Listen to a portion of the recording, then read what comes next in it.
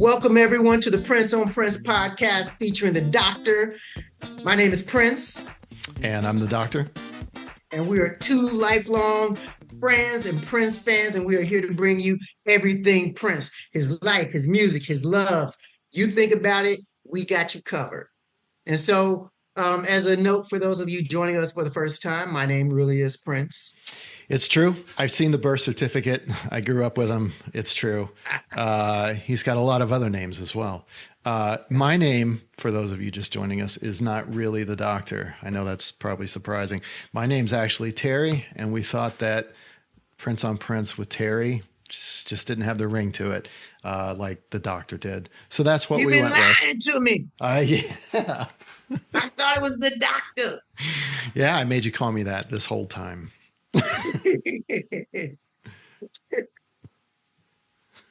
Just going around introducing people as the Doctor. Hey, this is my friend the Doctor. Oh man, so what we got in store for the people this week? So this is something that I think is fun. Maybe not without some controversy. See what I did there. But this is, so one thing that Prince is known for is all of the acts that he put on, all of the acts through which he put out music that he didn't release. So today we're going to be talking about Prince's best proteges. Now, a quick disclaimer. I want to just go to the definition. I always tell my students, I said, don't start off the paper with the definition, but I think it's important in this case because some of our answers might be a little bit controversial. So the word protege comes from the French for protected. And the definition of a protege is a person who is guided and supported by an older and or more experienced or influential person. So this doesn't have to be somebody that Prince discovered. It doesn't have to be somebody that, Prince pulled out of nowhere and helped shape. And it's also doesn't have to be somebody that has lived beyond Prince, I guess, if you would say, in terms of their career. But somebody that was molded by, somebody that was shaped by, somebody that was guided by, somebody that was supported by, somebody who was protected by Prince. So can I do what I do sometimes? Can we start by talking about someone who is definitely not going to be on either of our lists, but if she hadn't come out sooner, she might have been a very strong candidate to be on our list? Who's that? Sheena Easton. Sheena Easton, yeah. Yeah, because she was out there in her own right, and she had been doing well, but she really blew up with her connection with Prince. But I don't know that he wrote maybe Eternity if that was her.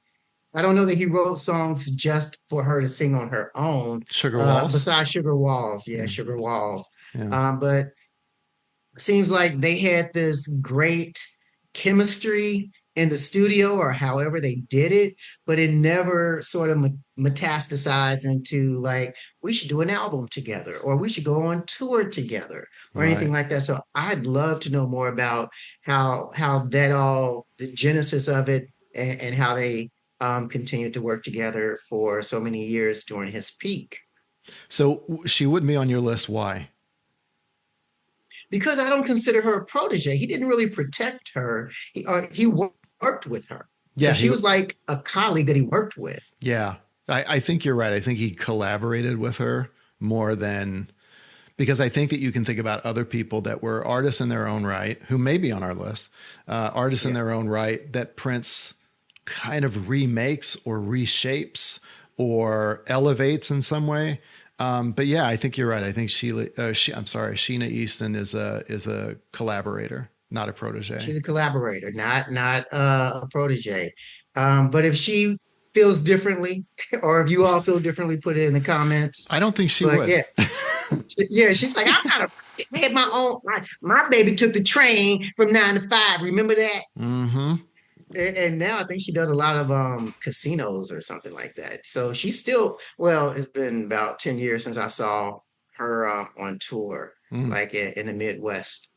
Yeah, Still making that money, man. I haven't But I followed. I think haven't her followed most Sheena popular Easton for a minute. songs, You haven't. I think her most popular songs are probably the ones she did with Prince, or like Sugar Walls, obviously. Yeah, I Then don't know. Arms of Over.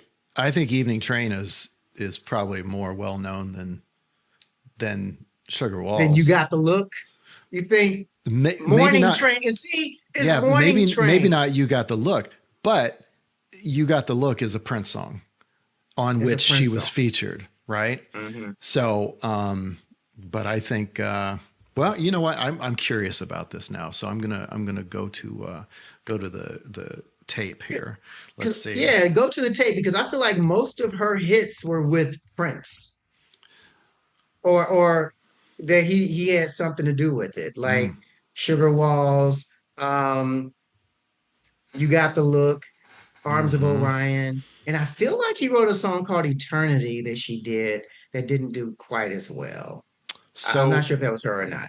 Morning Train, subtitled 9 to 5, but called Hmm. Morning Train so as to avoid confusion with Dolly Parton's 9 to 5.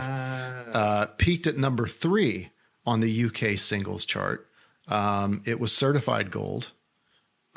So, you know, it did pretty well there. I'm curious about You Got the Look. wait, how did it do in the US? I thought it was a number one hit over here. Let me see. Oh, My in the US? baby takes the morning train. Dun, dun. So, She was okay. such a cutie pie. So it reached number 1 in New Zealand. It also hit number 1 on the US pop and the adult contemporary charts. See, well, New Zealand is all that matters. It was her only chart topper. Whereas You Got the Look, let's see, You Got the Look went to number 2. Oh So, man. and again, Prince song, not a Sheena Easter song. So, Right. but But anyway, I that's why she's not on the list. that's why she we totally went with that. All right, so we should get on the list. It's like we're doing a whole episode on Sheena Easton. That's because we miss you, Sheena. You Yeah. need to come back. All right. Do a song with BTS. So actual proteges. Actual proteges. Let's Yeah. do that. Who's your, and we'll do 3 of these each. Who's your number 3 and why? It was, right, right. And you know, this was hard for me, right? Because most of his best proteges or most popular proteges came out in the 90s when he was just churning it out. He had so much music that he was just like putting out a lot of great stuff. You mean the And 80s? he, in the 80s, I said the 90s, didn't I? Yeah, yeah, that's all right. Yeah, see, that's because my number three actually is from the 90s because Mm-hmm. it took me a long time. It was hard. I didn't want to be so on the nose that everyone that I said were just obvious choices. Not saying that there aren't other great people from the 80s that could have easily been my number three. Okay. But my number three is someone who what I used to consider her a pretty good friend. We used to talk on the phone quite a bit. She did an interview for me on my radio show back in college, and I met her. I was going to say on the YouTube, on the interwebs. I met her on the interwebs, Yeah. and I can't believe that she engaged with me, but we did. And that would be D to the I to the A to the M. He hates that. He hates that part of the song. And he's not wrong. Why do you have to spell it? You But don't. but the way she sang it was good. Mm-hmm. And so I chose Rosie Gaines as my number three, the Yeah, incomparable Rosie Gaines. She should have had a bigger career because she definitely had the talent for it.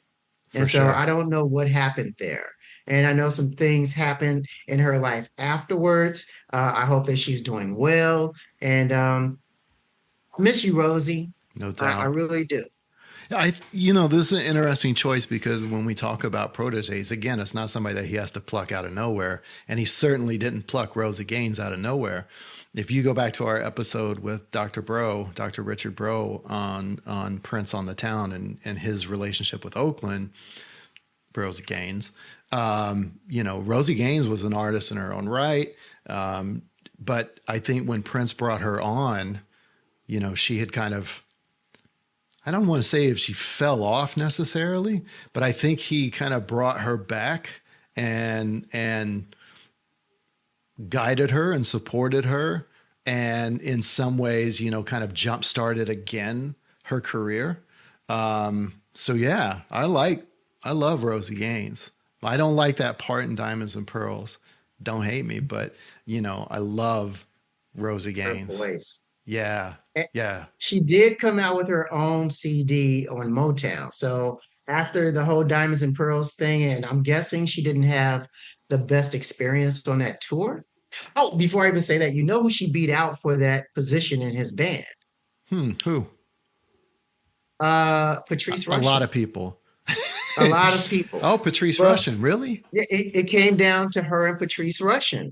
And I read an interview and she Uh said huh. she it was going to be Patrice. And then she learned it was her. She was a friend of Levi Caesar Jr.'s, if I'm correct. Yeah. Okay. Uh, and she had that Interesting. voice. Yeah. Yeah.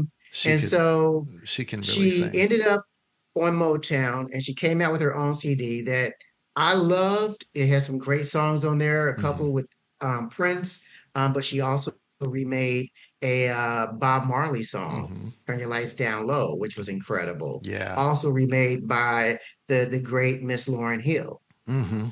Yeah. But she had her best chart success when one of her songs got remixed and released over in the UK in the 90s called Closer Than Close. Closer than And close. it Yeah. was just like a massive hit over there. I think they sort of remixed it into something they call Speed Garage.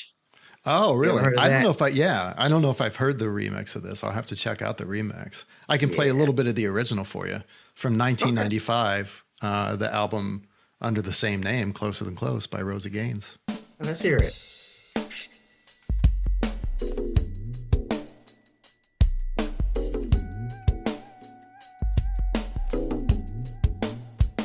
This close, closer than close, closer than you ever can imagine us. Let's get close, closer, yeah, closer than you ever can imagine us. Are we gone? Man, that's nice. That's Yeah, nice. I haven't yeah, heard that song forever. that's a dark liquor song, number one. And I could just listen to her sing that live. Someone needs to remake that song if Rosie doesn't come back out and do it. Yeah, yeah. I Yeah. would love to hear some. I can think of a lot of people I'd like to hear do a cover of that song. Hmm. Well, the remix sounds completely different. A Yeah, lot of you are too young to know what Speed Garage is, but it was massive in the UK in the mid to late 90s. yeah. Kind of Yeah. that drum and bass feel to it. Yeah, that's a solid start out of the gates, man. Rosie Thank you. Gaines. And unexpected, probably. Yeah, I would say it's unexpected. I don't know that mine's going to be unexpected, but my number three might be a little bit controversial. So again, Mm. protege, somebody who's protected, somebody who's not necessarily pulled out of nowhere, but someone who is guided by, someone who is supported by.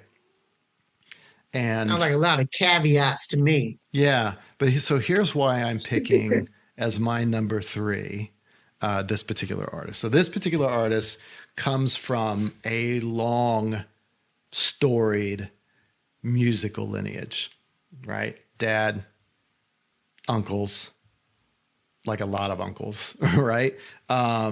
Of course, herself, she's a musician in her own right, has played with some very big names, including Marvin Gaye, Lionel Richie, George Duke. She played with George Duke from 76 to 80, Herbie Hancock. And these are all before she gets with Prince, right? But in Wow. every single one of these situations, she's playing percussion and she's playing instruments and she gets a shout out like in Dookie Stick, right? She gets her name shouted out. But what Prince does with Sheila E.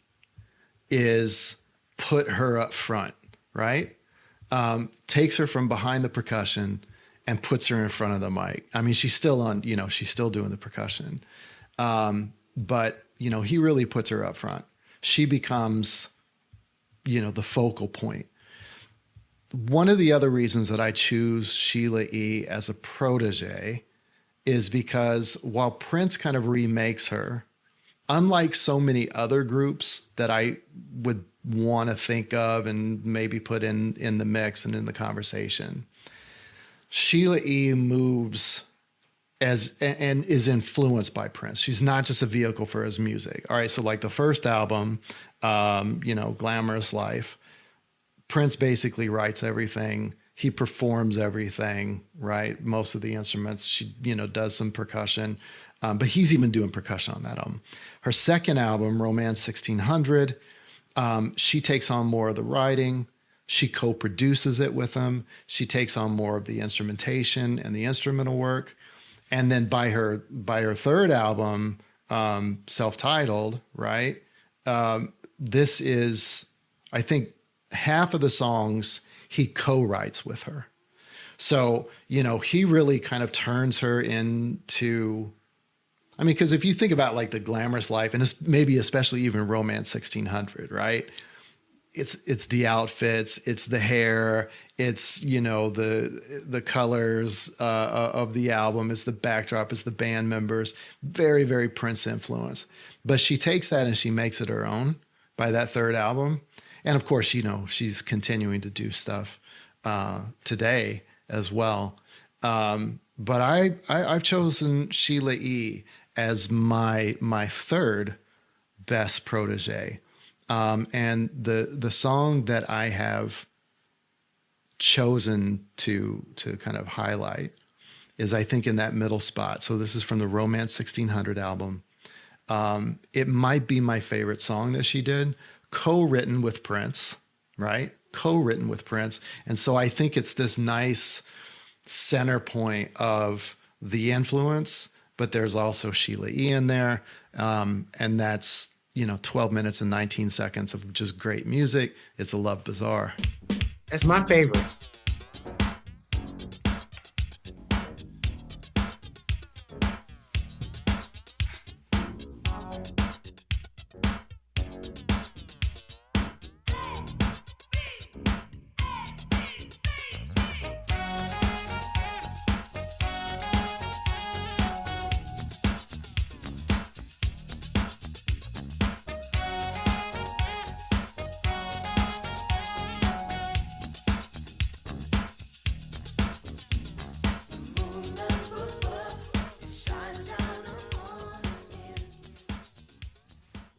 There's something about their voices together too.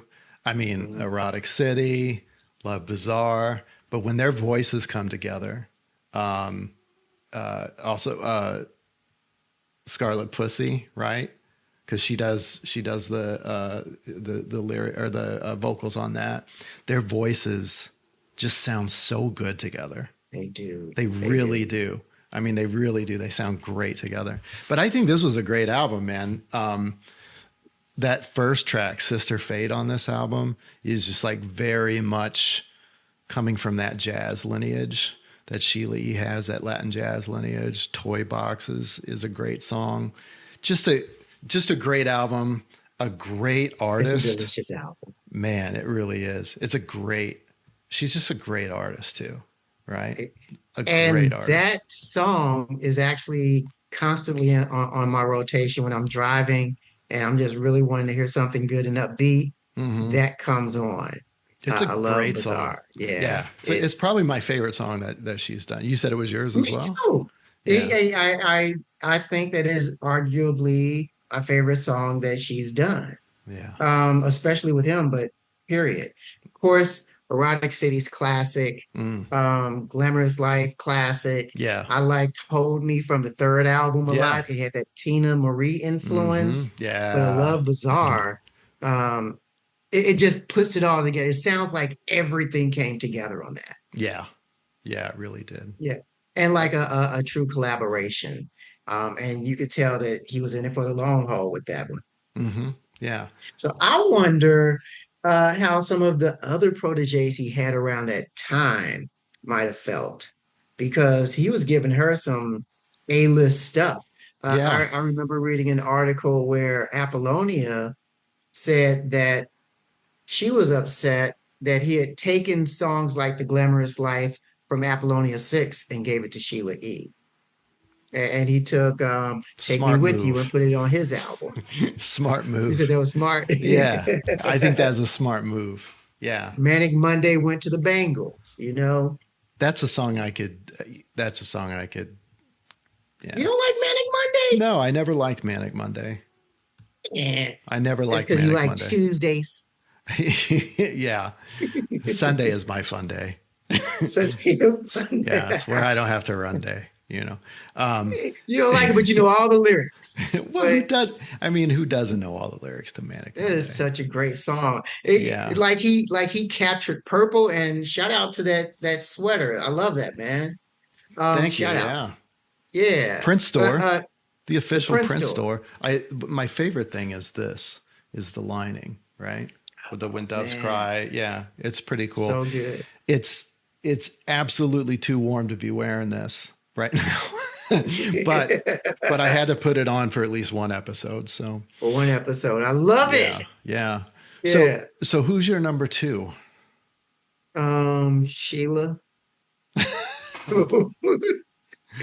She's my number two. Yeah, Uh, I love Sheila E. I wonder if she started that whole crop top phase where everybody started showing their midsection. I was too young to know if they really did that before. Maybe in the 60s. I don't know.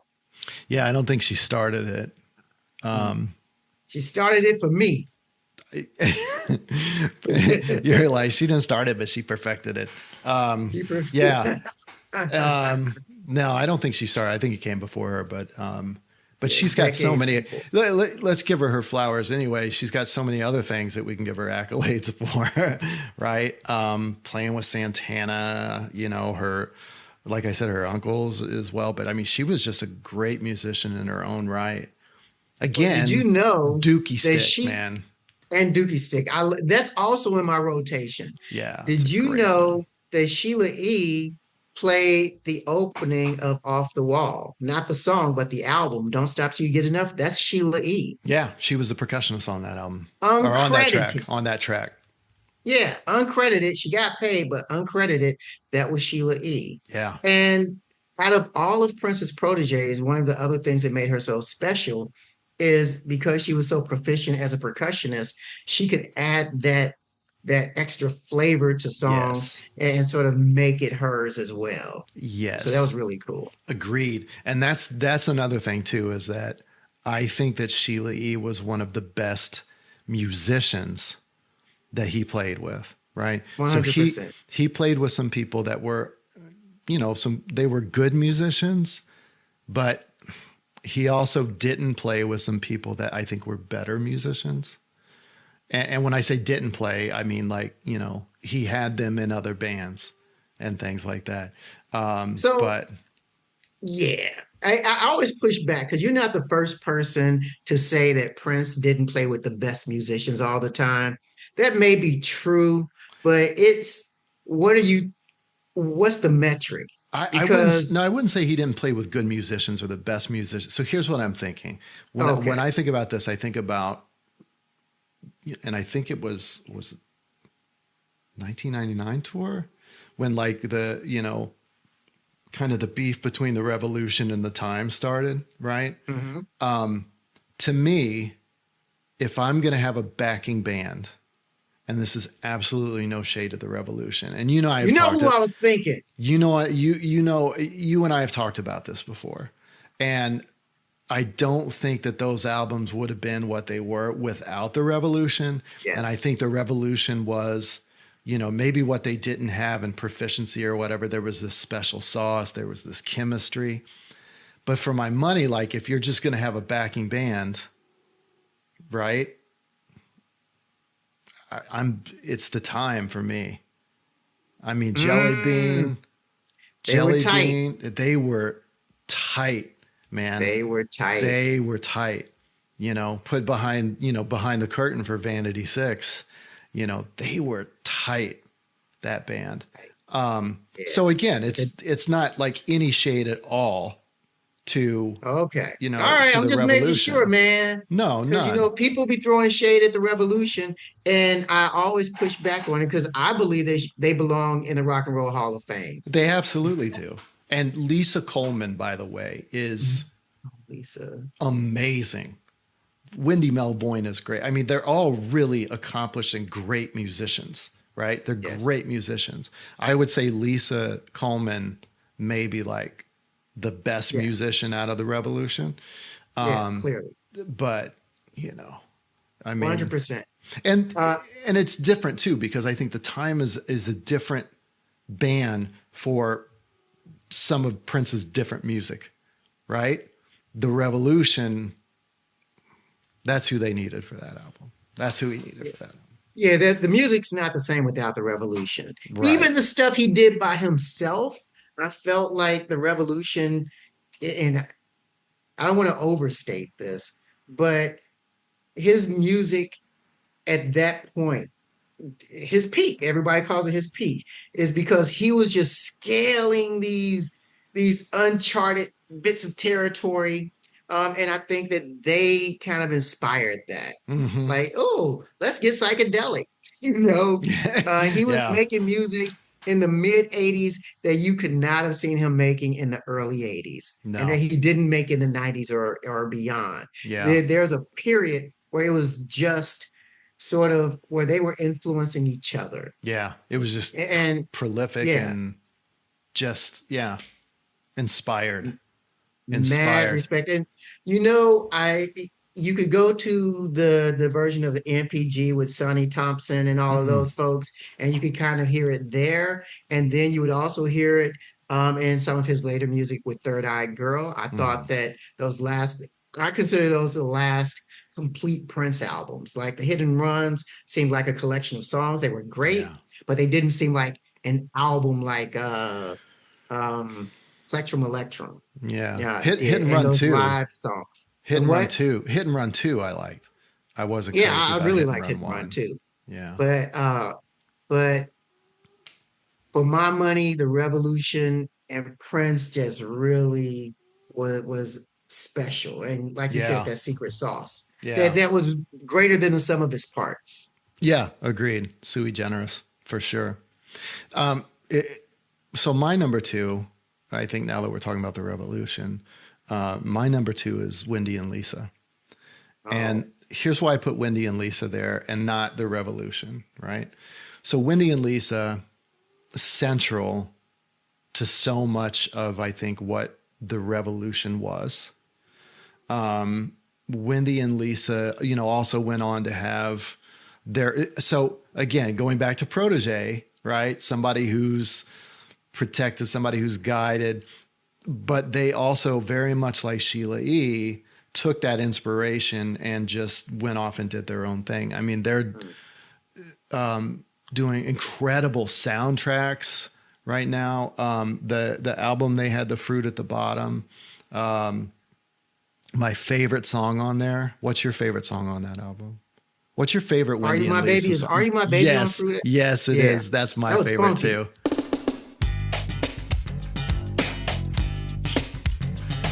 My favorite song as well. Such a good song. Mm.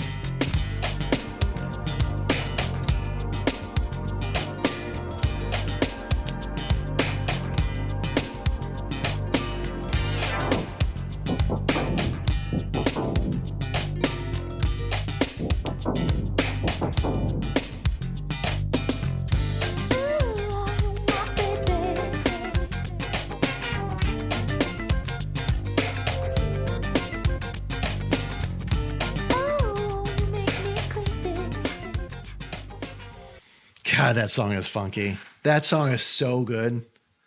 Yeah, yeah. It sounds like it should have been on a Prince and the Revolution album, though. Yeah.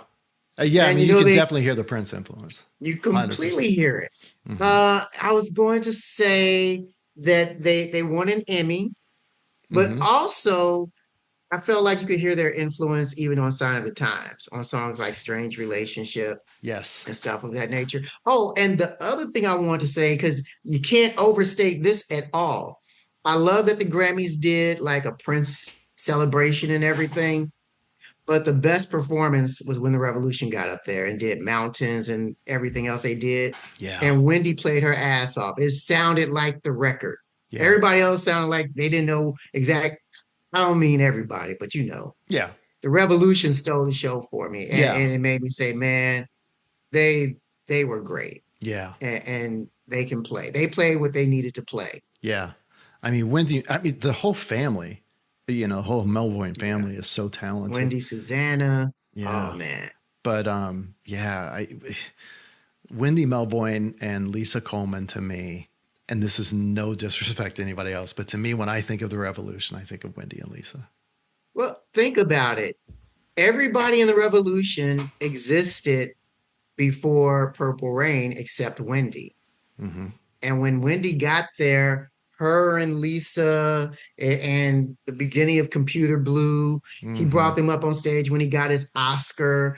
I mean, you almost don't say Lisa or Wendy without Wendy and Lisa. Yeah. Like they were that thing. Yeah. And they knew it. I heard them say that, oh, we're the couple. If you look at the poster from Purple Mm-hmm. Rain, they're by each other. I think they might be touching or something.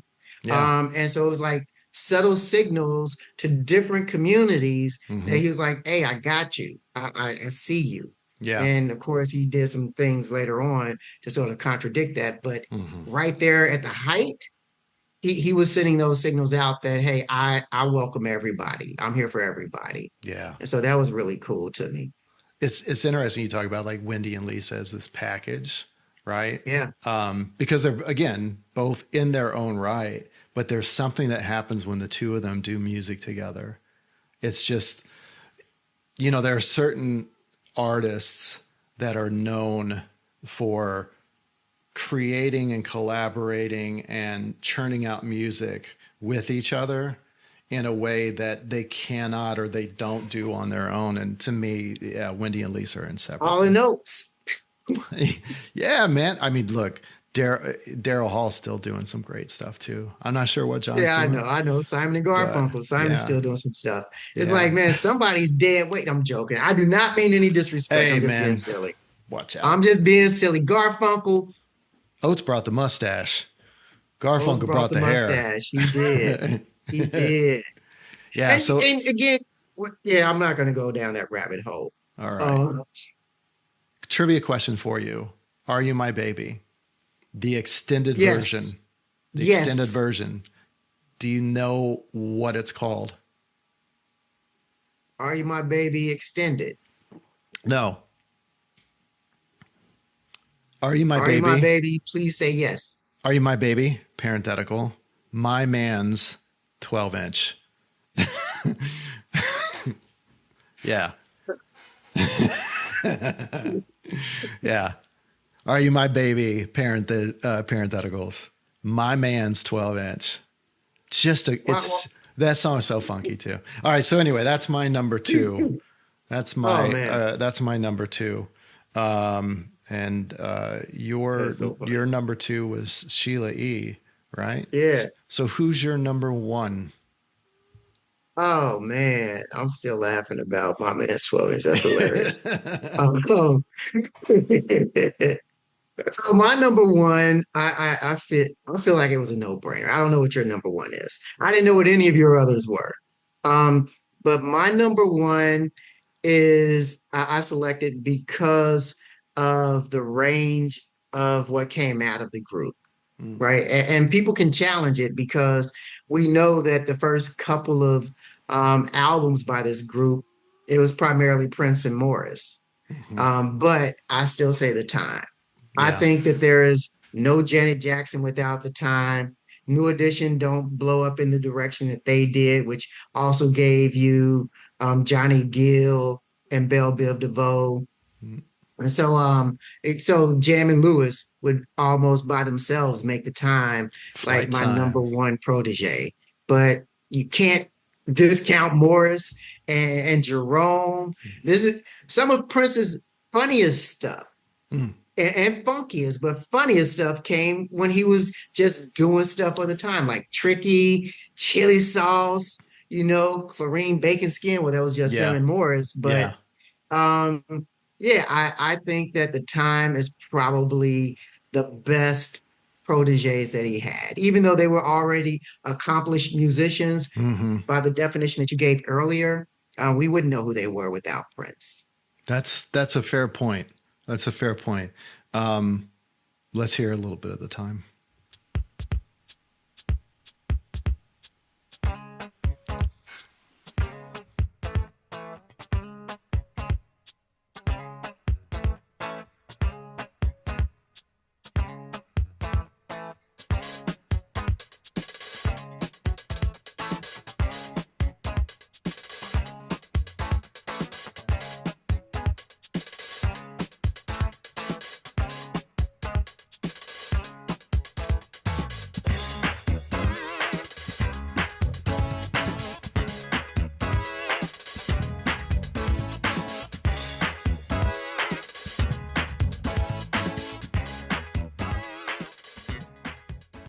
Man, that hi-hat didn't know it could be played like that. That, God, what a great That song. urgency, and then the way Morris sang it. It's Hmm. like that is such a great song. Just oh Yeah. man. So is that like the second most popular number in pop? I'd say maybe. Yeah. Maybe. Yeah. Number one has to be 8675309. Yeah. By, Um, do you remember? no. Tommy Two-Tone. Yeah. No, I'm sorry, I don't remember Tommy Two Tone. Yeah. Tommy Two-Tone. I believe. I'm pretty sure it's Tommy Two-Tone. 867. Yeah. I'm going to find out. Yeah. Yeah, let's Tommy find Two-Tone. out right now. Tommy Right now. Two-Tone. Yeah. Tommy I Two-Tone. need to know. Tommy Two-Tone, 1981, 8675309. Do you remember who picked up when you would call that number? No. Ginny. Oh, Jenny. Yeah, that's the Okay. other. It's the Yeah. 8675309 slash Ginny by Tommy Two-Tone. Oh, Yeah. okay. I was a baby. What's your favorite time song? It, man, it depends, to be honest with you. Like that is definitely in the running. Um, but the song that I listen to the most really isn't a song. I listen to chili sauce a lot. I love chili sauce. I know you do. I know you do. Yeah. It's like it's not even a song, but I can't quit it. But the walk just Yeah. Yeah. yeah, some of this, especially when you're like 11 or 12 listening to that stuff, you don't realize the themes necessarily and where they're going with it. Yeah. Gigolos Get Lonely too, you know. I love that song. That's a beautiful song. I Yeah. mean, yeah, it Morris is, said he though. didn't even know what a gigolo was when he sang that. Probably not. Prince was just like, hey, sing this. Yeah. And Prince sang on that song though too, right? It was Prince, a duet, Prince was right? all over that second Yeah, album. yeah. That's what I And the first. well, the Gigolos Get Lonely too. I mean, he was singing on that too, like vocals with it. Yeah, like background stuff. Yeah. Yeah. I Huh. I agree with you. The time is amazing. Jelly Bean, Jimmy, Terry, Jerome, Jerome. Morris. Here's why I didn't pick the time. Because I almost did, right? The reason I didn't pick the time is because, at least in the case of Morris, Prince and Morris are like coming up together, right? And Prince and Morris are playing together. Prince and Morris are playing off of each other. Prince and Morris are, I feel like, again, kind of like what you were saying with Sheena. In a lot of ways, to me, Morris was more of a collaborator than a protege. Mm. Because, and we've talked earlier about how, Morris has come up with some stuff that, that Prince has incorporated into his stuff. The That's other fair. reason I didn't pick them is because the first two albums that they did, right? It's all Prince. Prince wrote That's everything. the pushback. Yeah, Prince yeah. wrote everything. For the most part, he recorded everything. I mean, the time is such a tight band. And it's weird because, when people hear those albums, they're like, people are like, damn, the Time is so good. They're such a tight band. That was Prince. That was Prince playing everything, right? And And maybe playing the overdubbing. triangle. Yeah.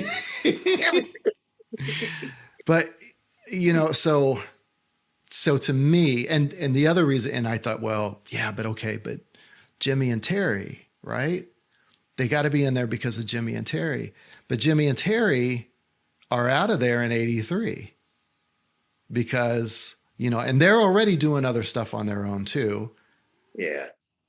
Morris leaves in 85, the Time, right? But Jimmy and Terry famously, right? They're stuck in that snowstorm in Atlanta or that blizzard in Atlanta, and they miss a Time show, right? They miss a show. And everybody's like, Prince fired him. But Prince said, there was an interview that they were asking about that. He's like, look, I did not fire Jimmy Jam and Terry Lewis. He said, Morris asked me what I would do. And I told him what I would do.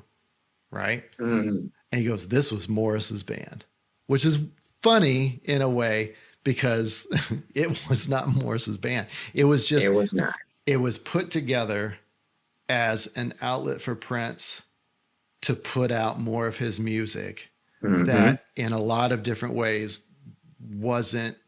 didn't fit into what he was doing, Prince of the Revolution wise, so, I mean, and so this is absolutely no shade whatsoever on the Time, but I feel like I can't put him there because one, Morris, I think, is more of a collaborator. Two, when I think about those first two Time albums, and when you think about Time albums, you think about the first two. You do. That's all Prince. It's all Prince for the most part, right? Yeah. So, yeah. So I can't put him as a protege, points. But yeah, my God, the Time, so good, so good. So I went somewhere completely different. I have no idea. With my number one, I'll say this. I thought a lot about the Time. I also thought a lot about probably a band that I had no business thinking about. Honestly, it's only just because Maserati. No, but great. Great idea though. Great choice. But a band probably had no real business thinking about as a protege, like the best protege, right? Because they only put out one album. Oh, yep. The only album that they put out, it wasn't even them really. It was Prince again with some overdub vocals. It was amazing.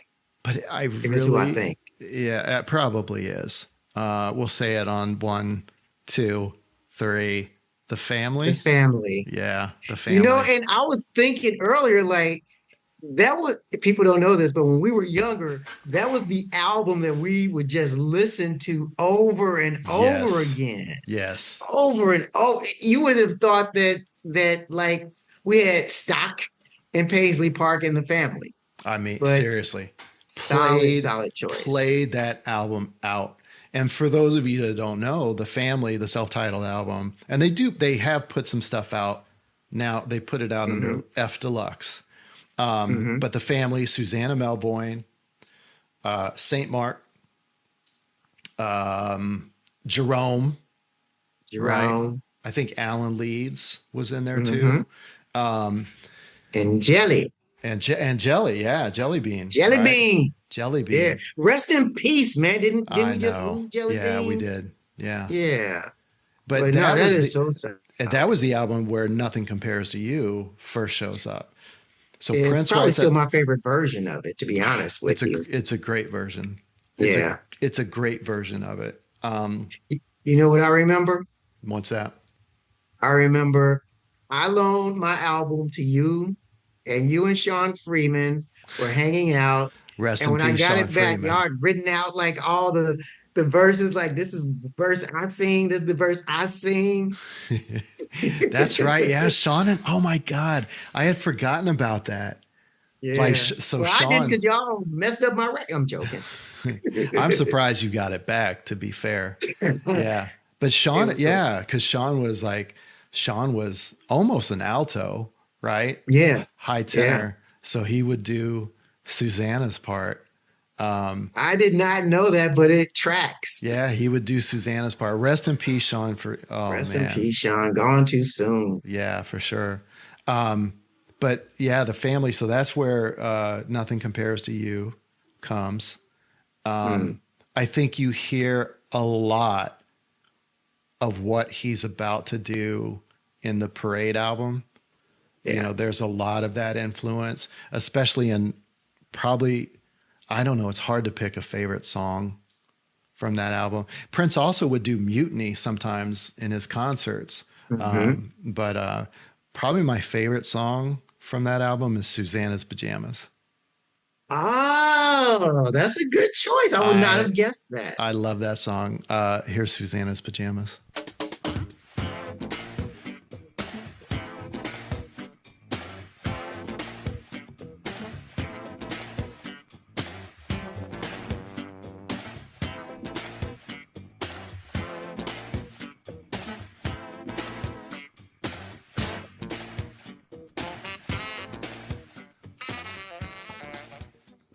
It's a great song. It's really funky. It's really jazzy.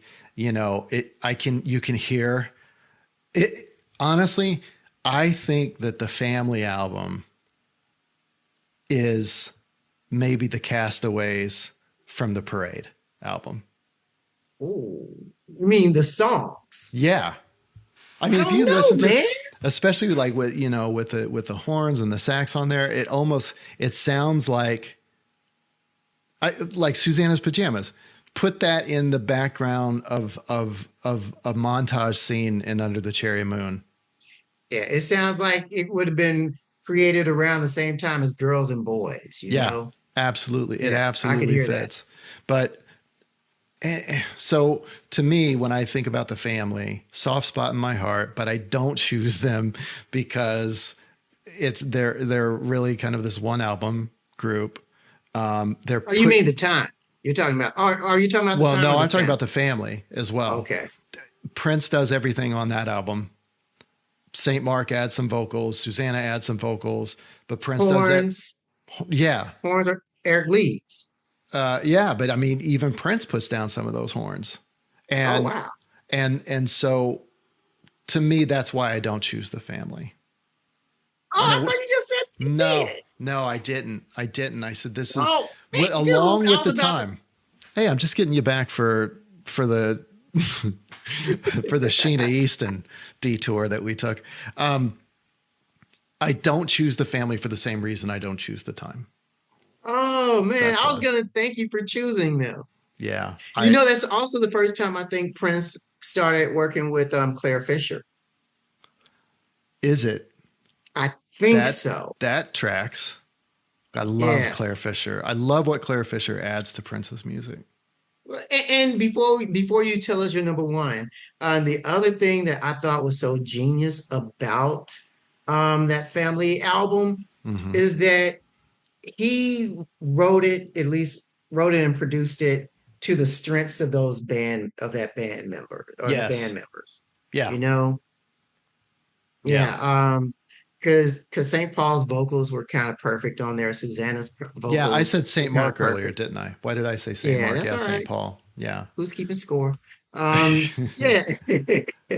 But yeah, and just the right places for Alan to come in. Hmm. And even the photos that they put in there were just super cool. Yeah. And Jelly Bean could, man, High yeah, fashion.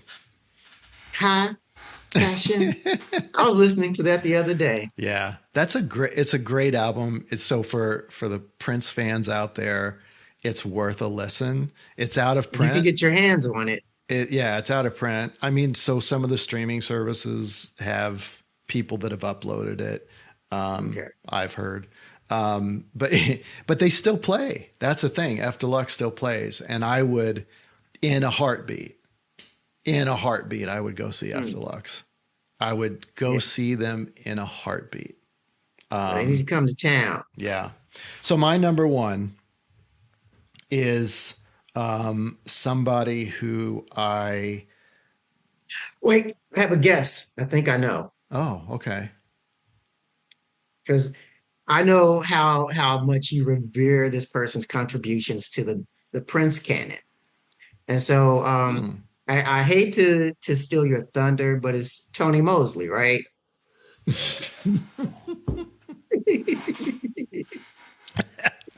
I mean, I remember That's growing up messed up, man. for the That's past messed 30 up, years, man. all you've told me is, I wish I could be Tony. I wish I could rap like Tony. Oh I wish I could man, dance like Tony. I wouldn't wish that I be could play like amazing? Tony. Wouldn't that be amazing, you That would jughead? be so I amazing for all of us. Man, that's messed up. You bringing Tony's name into this. Nobody else is talking about him. Listen, man, I'm about keeping this Okay, positive. I'm about keeping this positive. let's keep it positive. Tony, I wasn't a big fan of your work, but Tony's not going to hear this. He's not But watching. man, just mean, That just was mean. mean. I'm sorry, No, Tony. that's right. You know what? That's why we're doing the best proteges and And not the not the worst. worst, And not the because worst. we're trying to keep it Because he would positive be, no, here. I'm joking. So I didn't meet Tony, but Tony and Michael Bland were playing in a band after Prince had sort of disbanded the NPG. I bet if And you I meet, was, I bet if you meet Tony after this, he's going to whip your ass. yeah, yeah.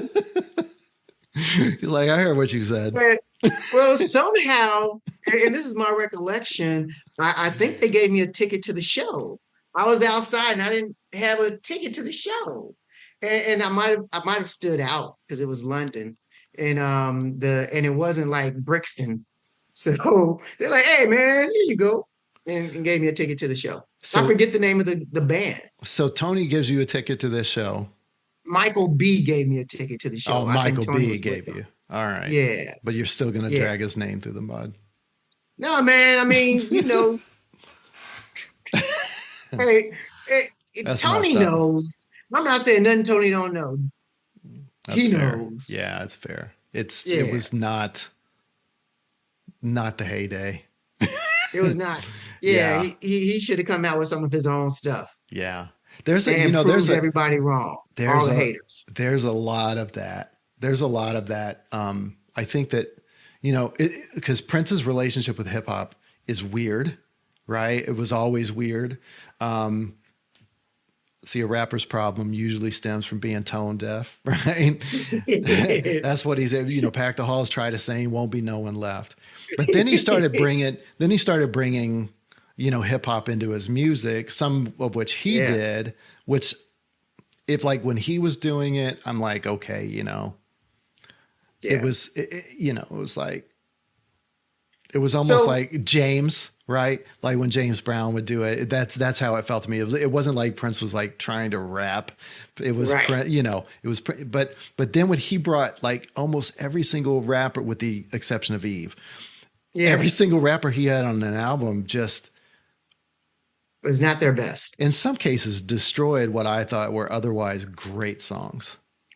Mm, And I'm not I'm going to not gonna go. list I'm any not of going to those go names. into that because Yeah, I'm don't. keeping it positive.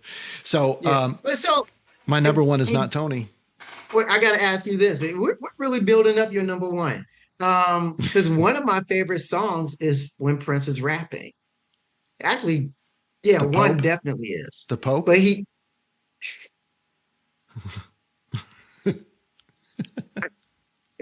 is not the Pope. Um, Days of Wine. Would you Days of consider Wild. him Yeah. rapping in that? Yeah.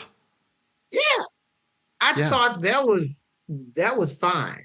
I like now too from the Goat Experience, but I really like the version of Days of Wild from the Goat Experience. Yeah. Yeah, that he did in 94, 95. Yeah. That was pretty dope. All right, now I'll be quiet so you can Is tell your us your favorite number song one. still Jughead? It's up there. All It's right. up there, but I have to have a comic with me at the same time.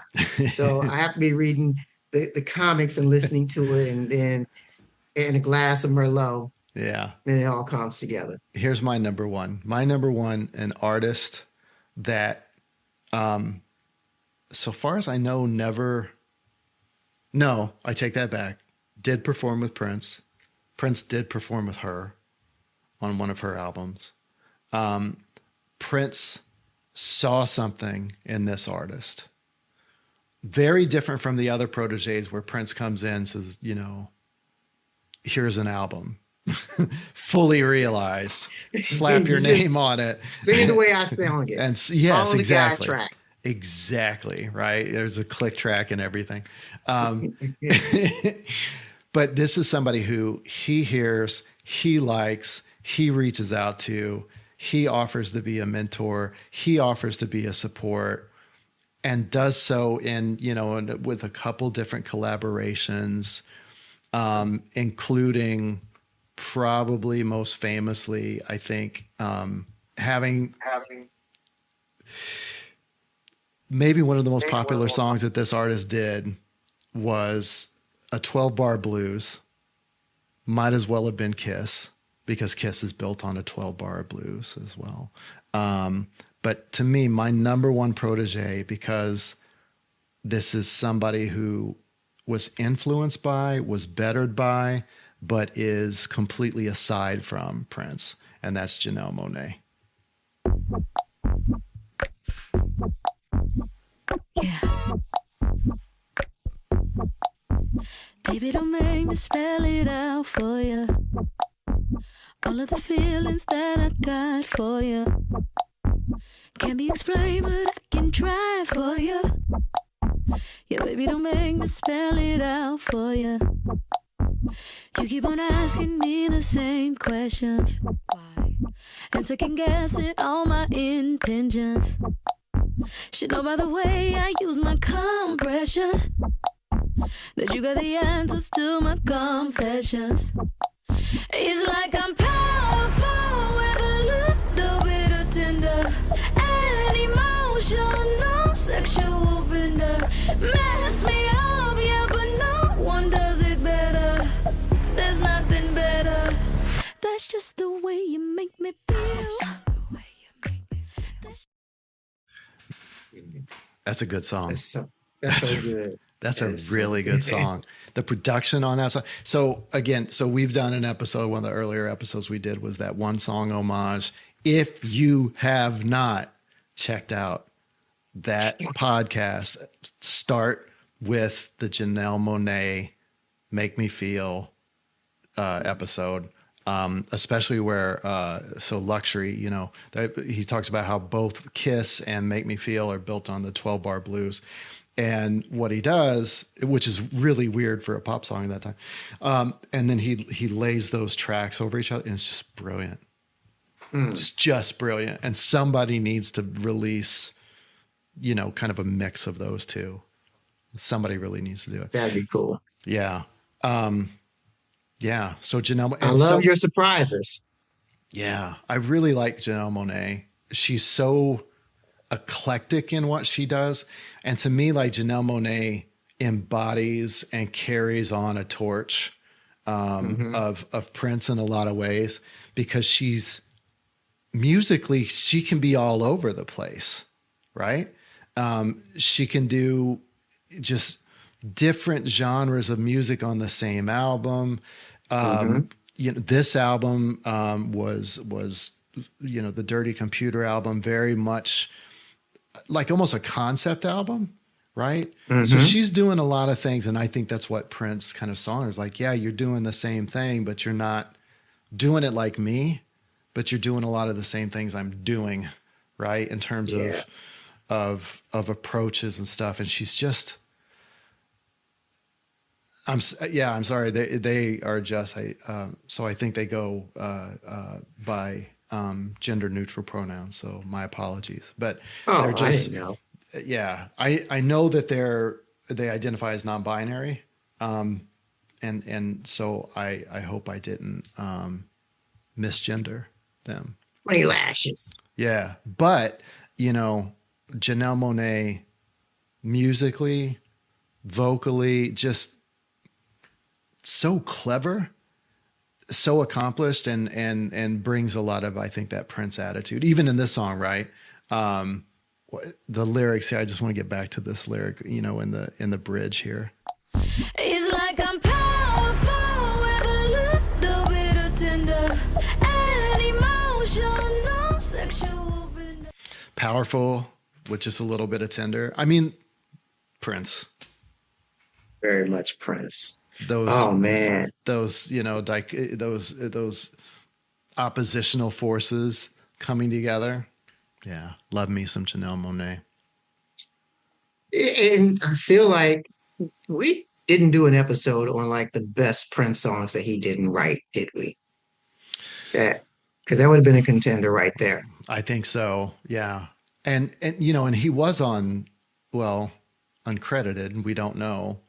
Yeah, we never know. We think that he's on this song, right? We think that this is. I think there's a key part in there, a keyboard part in there that he sings, and which kind of builds on this. But yeah, I think you're right. This would be a contender. I think we did talk about her in people who are kind of carrying the torch. Absolutely. Yeah. This has been fun. This has been a fun conversation for me. This is what we do. It's what we do. And we've been doing this for years, but this is exactly how it goes. Drag people's names we don't agree through the mud all the time. What'd you say? I said, this is what we do. We drag people's names through the mud, and I try and tell you not to do that and be nice. One person. and number one, I wasn't lying. Number two, I didn't say anything news. I didn't break news. I love it. You're like, just one person, and he deserved it. You know what? You're right. Let's leave it positive. I am sure that he is a solid, faithful family man. Hope he's well. I hope he's well. And with all joking aside, I do hope he's well. I hope that he is living his dream right now. I hope he's well and living his dream, man. Yeah. Yeah. Me too. I hope if he does see this, if this somehow gets wind. No. I'm keeping it positive. I'm not, come on, man. I just hope that he doesn't take it too much to heart, right? Because words hurt, Prince. Words hurt. All right. This has been a fun conversation. I really enjoyed this. Been a fun conversation. Yes, absolutely. All right. Thanks for tuning in. Thanks for checking us out. Thanks for putting up with us. And we'll see you next time on the Prince on Prince podcast featuring the Doctor.